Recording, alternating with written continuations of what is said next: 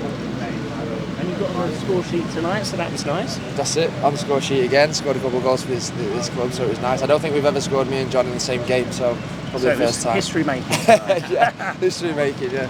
Could I have a quick picture of you, Gary?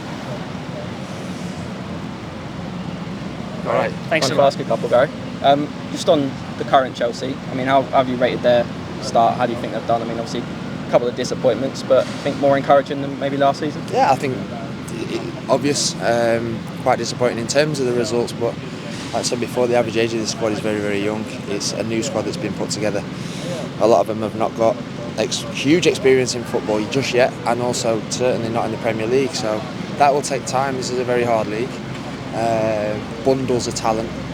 I was away pre-season with them and saw the training. I was very, very impressed. But this will obviously take time. It's hard to put this group together. New faces, players that don't know the league, very young, and expected to click straight away. I think that's a bit ambitious. So time and patience, and let these young players develop. Obviously, the midfield is an area where they've especially spent a lot of money. Like you say, do you think it'll just take a bit of time to click together? Obviously, Caicedo's now come in this summer, hasn't he? Do you think it'll take a bit of time before it all kind of gels well together? Yeah, listen, when you're making transitions and you obviously the team's evolving and changing. When we were successful here, we had the core of the team, and we added one or two players to that, and that's a lot easier to adapt these players into the system and the football club. When you have so many changes, like I said, it does take time. It takes time for these players to learn. The ability, like I said, is there first and foremost, but it takes time to learn this league and to get experience, and you get experience, good and bad. You know, football's not all rosy, so they've started off with a few sticky results that'll give them some experience in this league. In contrast to that, the manager has obviously got bundles of experience, so I do think that obviously he's a great person to guide these players.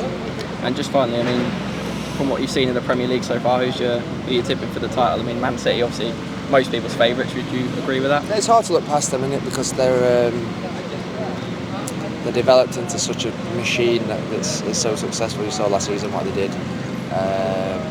They played in. Most of them players, or all of them players, have played in huge games, huge moments. So they are the ones to stop this year.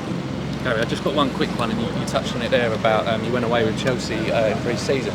Was that in an official capacity? And if not, what are you kind of working towards at the moment? No, I'm just obviously retired, so I've got more time. To get back involved in the club is obviously great in terms of an ambassador type situation. So it was nice for me to go over there and do the other side of it, but obviously I've got a chance to go and watch the training and see how the manager works and the players, and instead of a very new squad, a new squad for me. There's not many players in that dressing room that I know, so it was an experience for me to be on the other side of it. But I thoroughly enjoyed it, and like I said, I've got more time to come down so now and watch the games. Are you working towards coaching badges or anything like that? Or? Not just yet. I'll be honest with you, I don't quite know what path I'm going to go down, but I'm all right doing what I'm doing at the moment. I feel like it's still quite fresh and new, so I'm just enjoying time with my family and taking opportunities that come up as and when, and see what kind I enjoy doing. Do you ever miss, or maybe not miss or regret, but you know, I'm sure a lot of Premier League teams would still want a player of your kind of experience. Is that thought ever kind of crossed your mind? Are you maybe hang it up too early? Sometimes, probably a year after I finish and I'm on the treadmill, I'm thinking, I wonder if I can make a comeback here. And then I realise now probably not. So no, I think the realisation of obviously playing here and competing for stuff is what I would jump at a chance to come back to. I think I'm retired at the right time. Because some people just drop down levels and carry on playing. I think if I was going to carry on playing, it would be maybe move to a different league and sample something new, a little bit fresh. And I just family circumstances, I just didn't want to do that. So it was a perfect time for me to finish. I'm content with it, and I was fully prepared for it. So I feel like I'm lucky in that sense.